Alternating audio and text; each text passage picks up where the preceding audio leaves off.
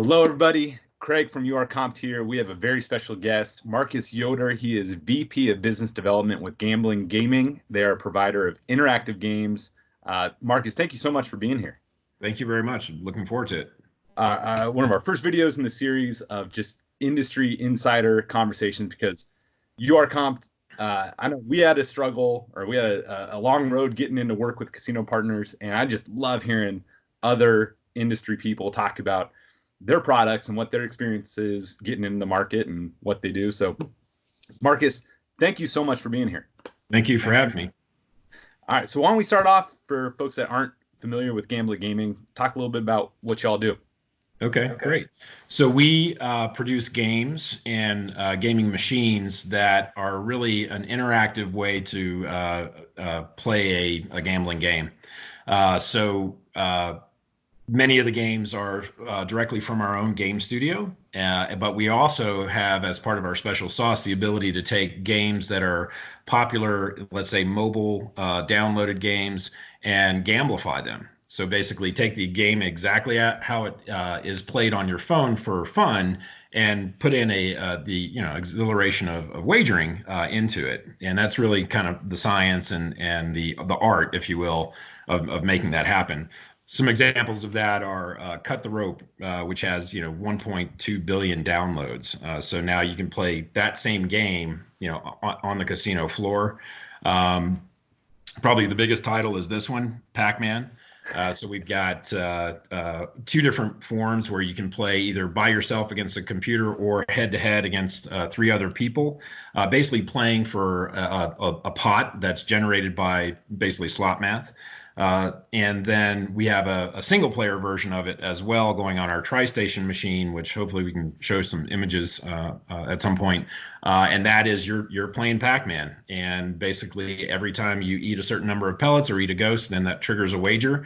And then you have to collect keys to go into a bonus round where you just gobble up dots to basically uncover what your progressive or your bonus is.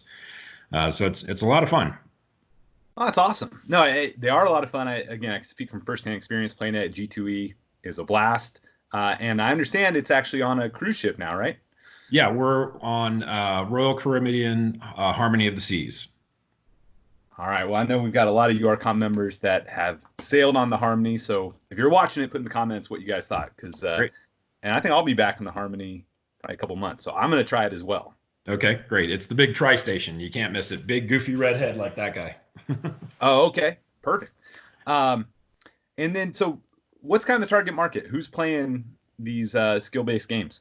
So we're seeing that our players are roughly 10 to 15 years younger than an average slot player. So it seems like the core is right around 48, 50 years old. Somebody who didn't necessarily grow up with slots, somebody who grew up with Atari, grew up playing games. I turned 50 a week ago. This is the kind of game that I would play. I'm just not into slots. I just don't play it. On the strip, however, we see, anywhere between 30 and 35 as the core player. So originally we came out and we thought, okay, this is going to be for the millennial. And we actually are seeing that it's really Generation X. It's a young generation. Younger Generation X, or an older millennial, somebody who has some disposable income. But we see players across the board.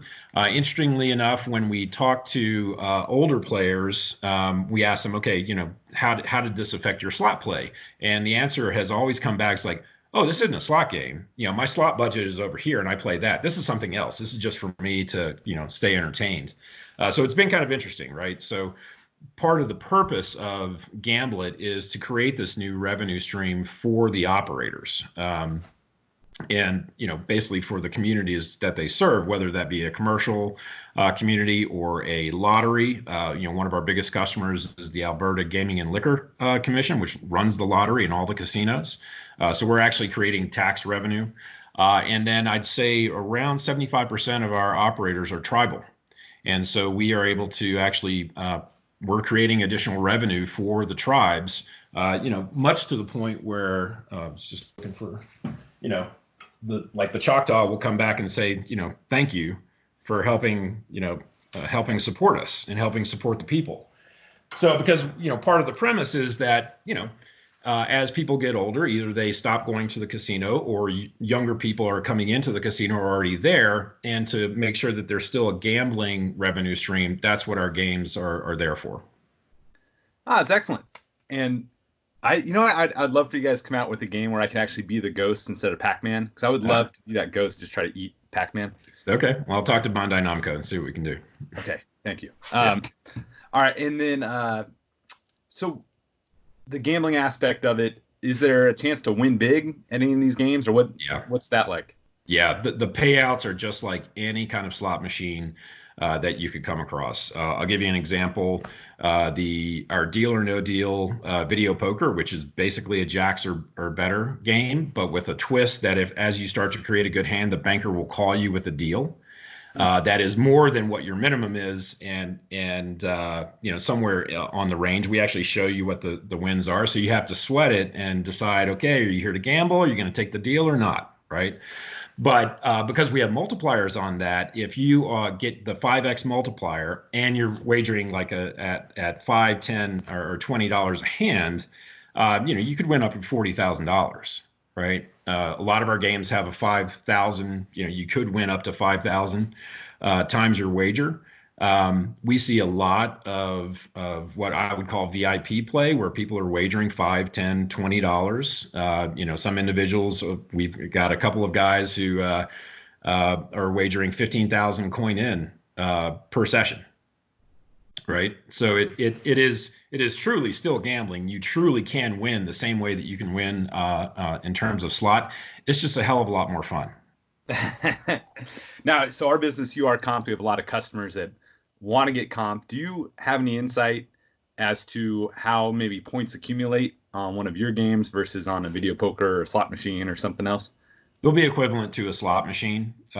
Basically, just like with any other slot game, the operator sets what the return to player is going to be, and then based on that, and based on what you're wagering, and all the criteria that they have, we slot in. Not to use that word, but we are deemed as the same as a slot machine, so you can utilize your comps and you can create comps in just the same way.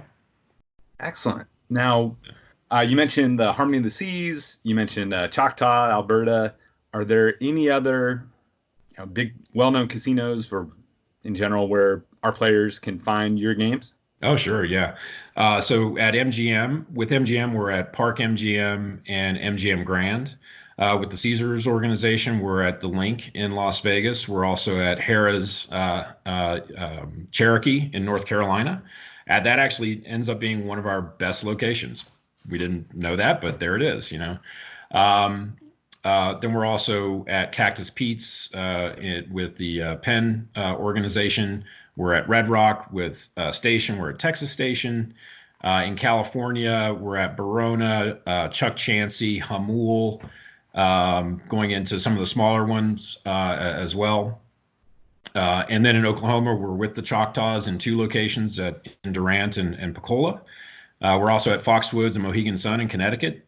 So we're fairly spread across the country, and part of that is we wanted to work with first movers, people who understood that some change is coming, and we need to be able to provide a certain kind of gaming for the patrons who are going to be here in the next 5, 10, 15 years.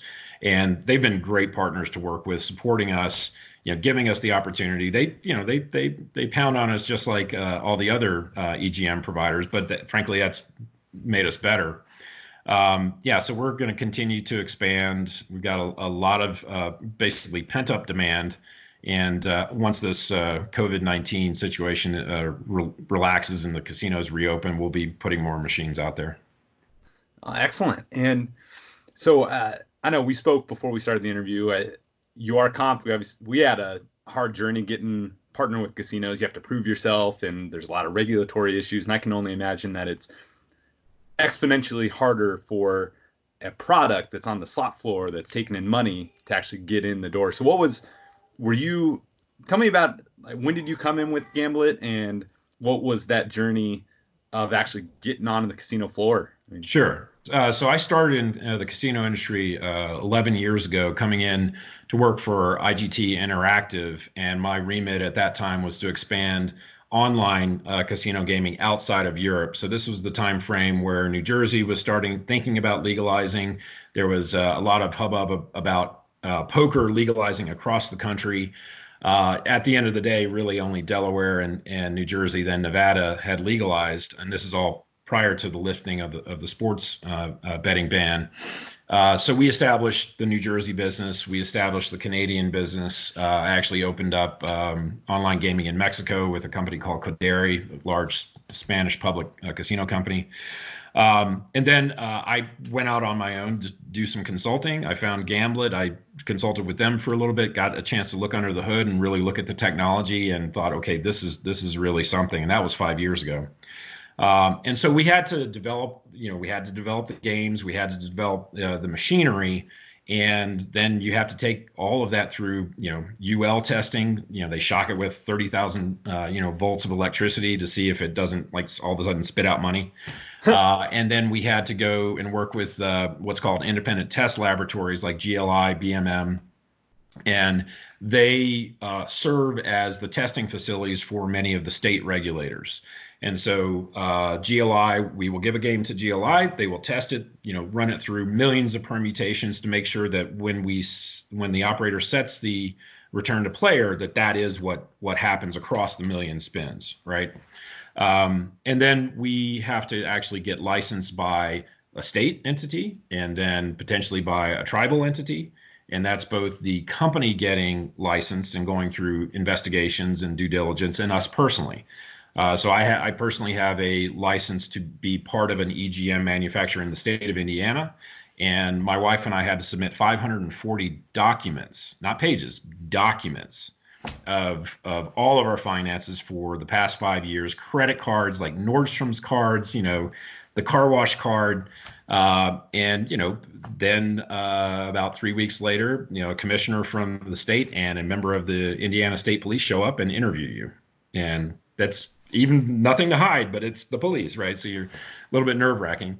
But that's the kind of thing that you have to go through. We're on the other side of those barriers now, right? So we're licensed in I think we're licensed in 40 jurisdictions. I'd have to go back and don't count me on that, quote me on that. But that includes, for instance, a temporary license in New York to do business, but then we also need the license from Seneca and so forth, right? So it's a heavy investment, and not for the lighthearted. Yeah, I know exactly what you're talking about with the. Actually, I didn't get a key. I think it's a key license, or if you're a casino operator, it's a key license where they really dive deep. Right. We got licensed in the Bahamas, and that was thorough. That was like 3 years of tax returns and credit card statements, and right. Thankfully, my wife doesn't have a Nordstrom's card or anything like that. I can imagine they're like, "What is this $5,000 charge on Nordstrom?" She's like, "Yeah, that's right, honey. What is it?" Yeah, it spawned some very interesting discussions. So when you're selling, just like every company has, you're selling to somebody, and you got to state your unique value proposition. What makes you different than IGT or Aristocrat or Williams or Bally's how do you sell to a casino because I guess, what are they looking at? Are they just looking at, how do I maximize the value per square foot on my floor? And you have to convince them that this is a good use of that square footage, or what's kind of those conversations like? Yeah, it unfolds in a couple of different ways. One is, if you're selling a game machine and a game, then it has to be able to fit into their capital budget, and that usually happens once a year. We prefer to do lease and revenue share because, frankly, it provides the opportunity for shared risk and then shared return and reward. But operators are really, really tightening down on their what was be called lease footprint. And so when we are working with an operator, we'll say, okay, this is what our game does. This is who it attracts, and that's not your standard slot player. So we're actually incremental revenue to your slot floor, meaning that if they just put another slot where they're going to put us, then slot play transitions from one to the other, right? So if they've got, if they've got an opportunity to put a new game on the floor, then it adds in as incremental. We do work with them to say, you know what, don't take a game off the floor. Let's just move this one over here a little bit, and we'll put it right into this location. And that seems to work work out best for everybody. And some of these casinos actually have a lot of space, and so it's really just we got to make sure that we've got power and data, and then place it on the floor. We see that our games work best close to ETGs because electronic table games, because they tend to be a little bit younger as well, and close to a bar kind of environment. Again, more younger people kind of socializing there. We actually just introduced our bar top units, and so they've only been in market for about 4 weeks, so it's real early on the data. But again, we're seeing that people who would not be a video poker player are sitting down and actually playing these games. Oh, that's super interesting. I can see that working. I mean, like, Yeah. I'm not a Keno player, but if I'm in Vegas having breakfast at 9 a.m., I'll play Keno. Yeah. So like, Yeah. if I'm at the bar, I'd play that. That's great. Where is that? We're at Texas Station, and at the Link, and up until a couple of weeks ago, we were preparing to install about 14 other ones around in Nevada, but everything's stalled right now. Understood. Yeah, it's a crazy time. Yeah. Yeah, everybody's stalled. We got a lot of time for things like this, right? Yeah, but it has been really heartening to see many of the organizations like Wynn, Station, San Manuel, the Choctaws, they're still paying their employees, right? And it's really heartening to say, look, yeah, I mean, it's such a people business, and so many communities rely on these organizations for tax revenue and employment. It's really important that they're continue to do what they're doing, and hopefully they can open up as soon as possible. Excellent. Well, Marcus, is there anything we didn't cover yet that you think we should go over? No, it's just, we welcome player feedback as much as possible. We've got, social media streams where we get a lot of commentary. People will ask us where we can play. We actually have on our website, if you go to gambletgaming.com, a list of every casino where you can play. And we keep that very up to date. Perfect. All right. Well, I know we connected through LinkedIn. Is there any, if anybody wants to get a hold of you, what's the best way to get in touch? So my email, which is marcus.yoder, Y-O-D-E-R, Marcus with a C, at gambletgaming.com. Awesome. Well, Marcus, thanks so much for taking the time today. It was fascinating to hear about Gamblit Gaming, about your history in the business, and we're looking forward to seeing Gamblit on many more cruise ships, many more casinos, hopefully in the near future. Great. We appreciate the opportunity.